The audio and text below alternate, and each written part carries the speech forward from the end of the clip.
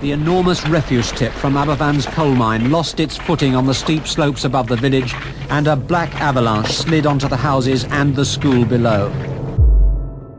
116 children dead. Almost an entire generation gone. When the coal tip at Aberfan near Merthyr Tydfil slid forward, engulfing an infant school and a row of houses.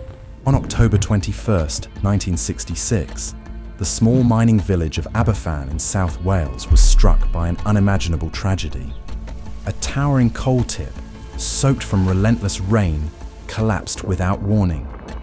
It unleashed a black avalanche that thundered down the hillside and tore through Pantglas Junior School, consuming classrooms filled with children. By the end of that morning, 144 lives were lost, 116 of them children.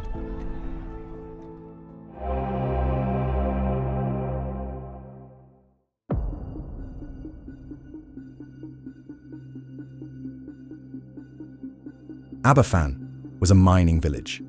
By 1966, its population of approximately 5,000 were mostly employed in the coal industry. Aberfan's colliery was controlled by the National Coal Board.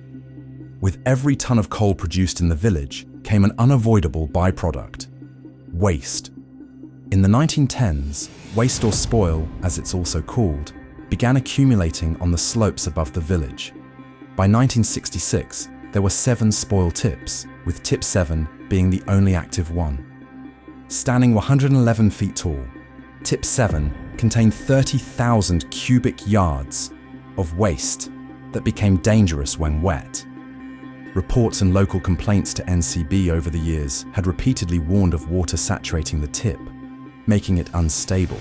In January 1966, only 9 months before the tragedy, Pantglas School had submitted a petition urging an investigation into the nearby spoil tips, particularly tip number 7, as it stood only a quarter of a mile above the school. But nothing was done. The towering heaps of waste continued to grow, silent and waiting. And all that separated the children from the looming danger was a steep, unforgiving slope.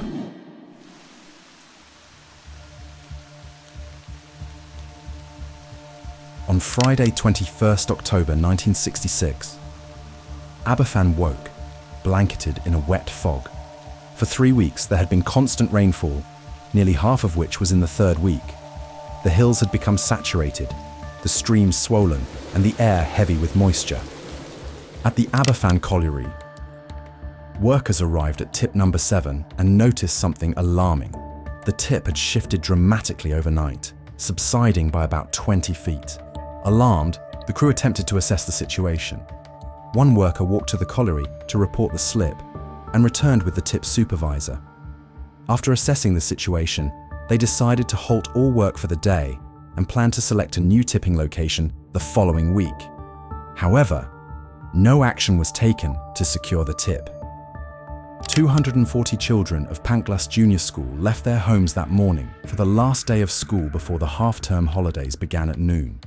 Mothers stood in their doorways, waving their children off as they had done so many times before.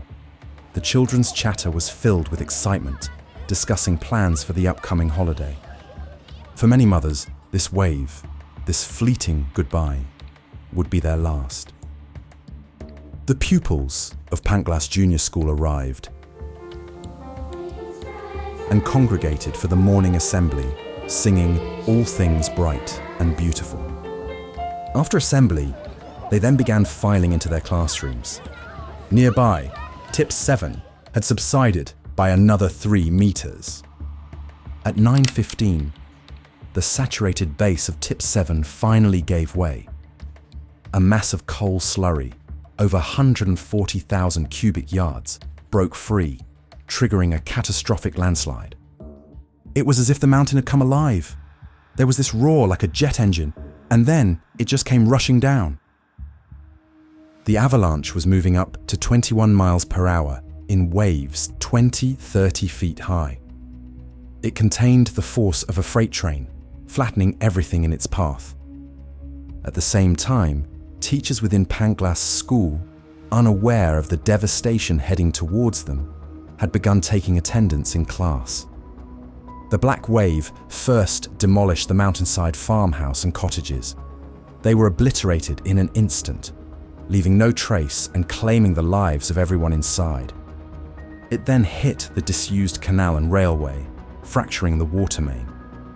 The additional water seeped into the spoil, saturating it further and increasing its instability. The wave gained momentum as it barreled towards its next victim, Pantglas Junior School. Within the school, the routine calm of the morning was shattered in a second. The black wave hit the classes at the back of the school building with a terrifying force, tearing down walls as if they were paper. 4 classrooms were filled with a suffocating mix of mud, sludge, and rubble, trapping those inside. Within minutes, the slip had obliterated 18 homes, Pantglas Junior School, and part of the adjacent county secondary school. The black tide finally came to a halt on Aberfan Road and left a 30-foot-tall pile of coal waste, where the school and surrounding houses once stood. Just imagine that. The coal avalanche that engulfed the area was taller than the school itself. The valley had turned black, and the thunderous noise gave way to a deafening silence. Everything was so quiet, as if nature itself had realized a terrible mistake and was left speechless.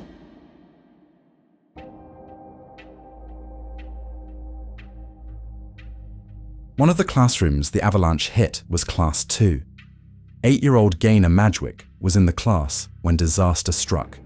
A radiator, torn from the wall, pinned her broken leg but saved her from suffocation. Rescuers smashed a window to reach the trapped children.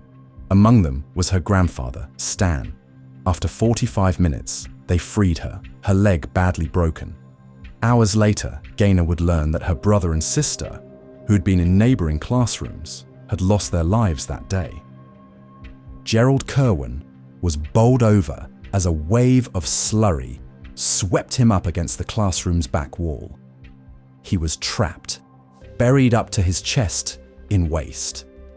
His friend had earlier asked to switch seats, moving to his desk, only to lose his life. A haunting reminder that the difference between life and death that day was just 3 inches. Another classmate, Jeff Edwards, ended up beneath the rubble when the wave hit, but was in an air pocket created by piled up desks and fallen roof timbers. During the rescue, a firefighter noticed a small patch of Jeff's blonde hair peeking through the debris. When he was carefully lifted from the wreckage, he became the 10th and final child to be saved that day. Sadly, among the many children who lost their lives was 10-year-old Jeanette Brown. She loved to draw and often carried her sketchbook to school. She wasn't meant to go to school that day. Her mother, Marilyn, recalled, "She didn't feel well that morning and didn't want to go. I waved as she left, and that was the last time I saw her."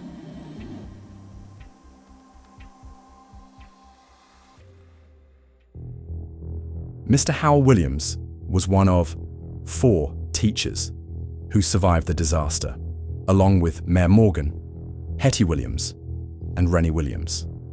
When disaster hit the school, he was squashed up at the back of the classroom and was able to break a window to create an escape route, helping children climb out.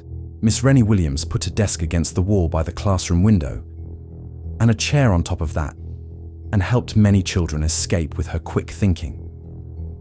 Amongst the staff who died was Mr. David Bainon. He was the newly appointed deputy head at Pantglas Junior School. He scooped 5 children into his arms and braced himself against a blackboard to shield them from the oncoming avalanche. A rescuer who found the 47-year-old deputy headmaster said at the time, he was clutching 5 little children in his arms as if he had been protecting them. Sadly, he and all 34 pupils in his class died.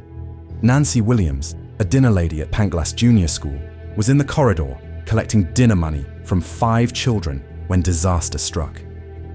Acting instantly, she pulled the children close and shielded them with her body. All 5 children survived. Nancy did not. She was killed instantly. As quickly as the wave began, it ended. Parents and villagers rushed to the scene, many clawing at the slurry with bare hands, desperate to reach their children. The slurry, dense and shifting, resisted every effort. Rescuers faced treacherous conditions, the broken water mains turning parts of the site into thick, unyielding muck. Within 20 minutes, hundreds of miners from the Merthyr Vale pit descended on the scene. They coordinated the initial digging efforts. Many were heard openly weeping as they clawed through the slurry, desperate to find their own children. The rescue effort grew as miners from the neighboring valley joined forces with nearly 2,000 emergency workers and volunteers, all frantically searching for survivors. Each time a possible survivor was heard, a whistle pierced the air, and the workers fell silent, straining to hear any faint sound of life beneath the debris. News of the disaster spread fast. By 10:30 a.m., the BBC had shared the tragic news with the nation, bringing volunteers from Wales and beyond to Aberfan to help. The scene was devastating. People digging desperately, faint cries from the rubble, and parents weeping for their lost children. A temporary mortuary was set up at Bethania Chapel, where parents lined up in the rain to identify their children. Inside, rows of small bodies lay on pews, their lifeless faces a harrowing reminder of the scale of the loss. At 11 a.m., unknown to the rescuers at the time, the last survivor was rescued from the rubble, Jeff Edwards. The efforts of volunteers and emergency workers had shifted to recovering the dead. This process stretched over an agonizing week. By afternoon, the scale of the tragedy was clear. Pantglas Junior School had been obliterated. Of the 240 pupils inside, 109 had perished, mostly between the ages of 7 and 10, along with 5 teachers. Entire families were shattered. The majority died from asphyxiation, and others died from the impact. As night fell, arc lights illuminated the disaster site. Miners continued to dig, their efforts fueled by a desperate hope that some might still be found alive. But hope was fading, and Aberfan was drowning in sorrow. The UK Prime Minister at the time, Harold Wilson, arrived in Aberfan at 9:40 p.m, receiving updates from the police and civil defence teams before meeting with rescue workers. By midnight, he and the Secretary of State for Wales had concluded that a high-level independent inquiry was essential.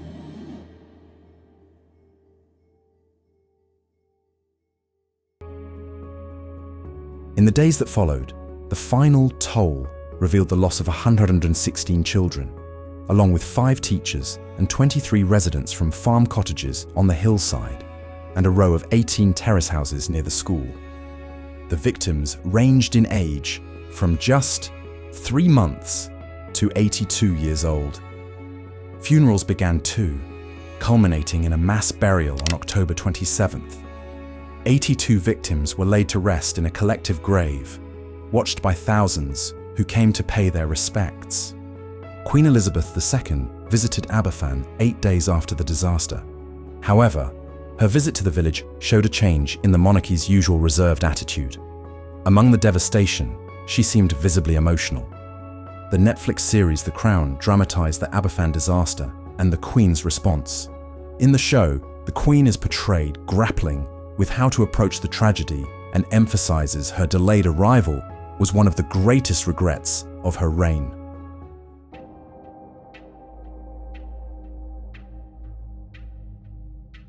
Lord Justice Edmund Davies, a native of the nearby village of Mountain Ash, was appointed to lead the inquiry into the disaster. The inquiry had an initial public meeting on the 2nd of November 1966 and ran for 76 days, the longest ever in Britain at that time. The panel interviewed 136 witnesses and examined 300 exhibits. During the inquest, emotions boiled over. Grieving parents cried out in anger, declaring, "Our children have been murdered," and demanded that the cause of death be recorded as buried alive by the coal board. The tribunal released its findings on August 3rd of the same year. The findings were damning. Tip number 7 had been built on ground known to contain natural springs, a fact documented on maps since 1874. The report found in the early 1960s, as tip number 7 grew larger, local council members had raised urgent concerns with the National Coal Board. One engineer in 1963 gave a blunt assessment.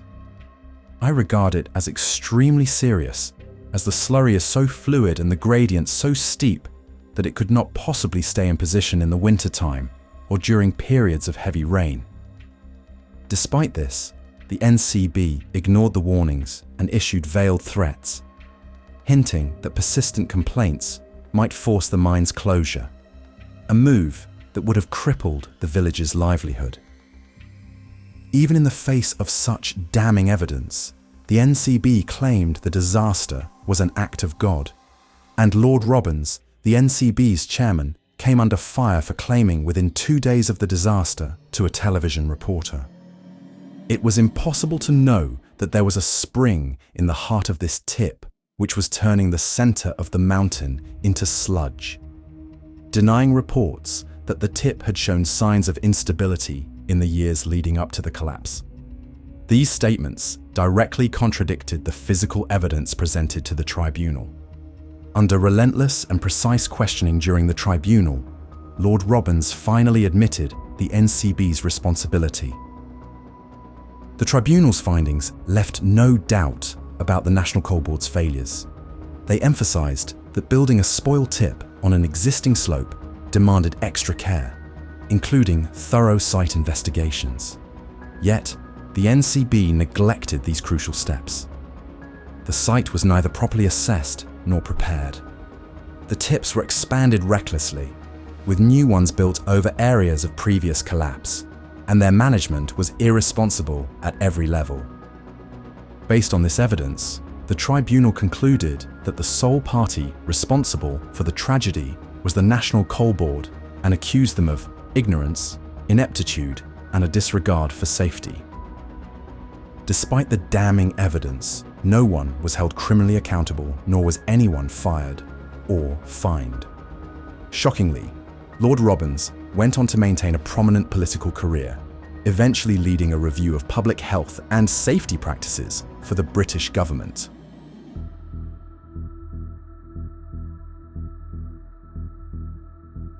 Following the Davies report, the NCB offered compensation to grieving families. Initially, they proposed £50 per life lost, a sum that sparked widespread outrage. Under public pressure, the amount was increased to £500 per fatality, a figure the NCB had the audacity to describe as generous.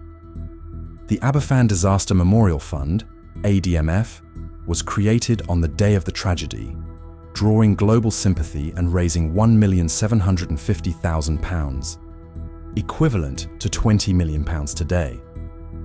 The fund's administration was controversial. Initially, managers considered compensating parents based on their perceived closeness to their deceased children. This was later abandoned, and parents were given £50, later raised to £500, justified by the claim that working-class families couldn't handle more significant sums.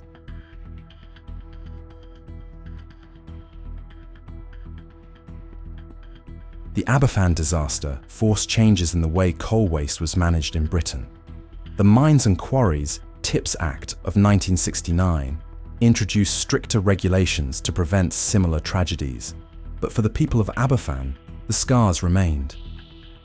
Over 150 residents sought psychiatric help in the years following the disaster, haunted by nightmares and trauma. Today, a memorial garden stands where Pantglas Junior School once stood. The names of the children and adults who died are etched in stone, their memories kept alive by a community that refused to forget.